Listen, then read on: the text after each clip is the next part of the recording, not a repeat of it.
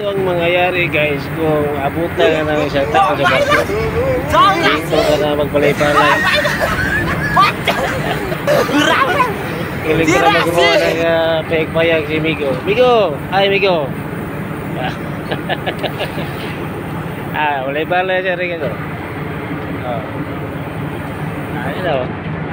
Ato na tanaw nung sa itagway ang balay sa sulod guys. Bale guys, masano may duyan. Dito na ito banda siya sa sa may mooring winds. Dito siya nagbalay. Okay naman. Nagulang to asawa, no wife? Wife. No wife. Okay, thank you. Sorry guys. Paabta ka direk 11 months, 12 months, ganyan na. Pwede ka mag-awan na. Bayag.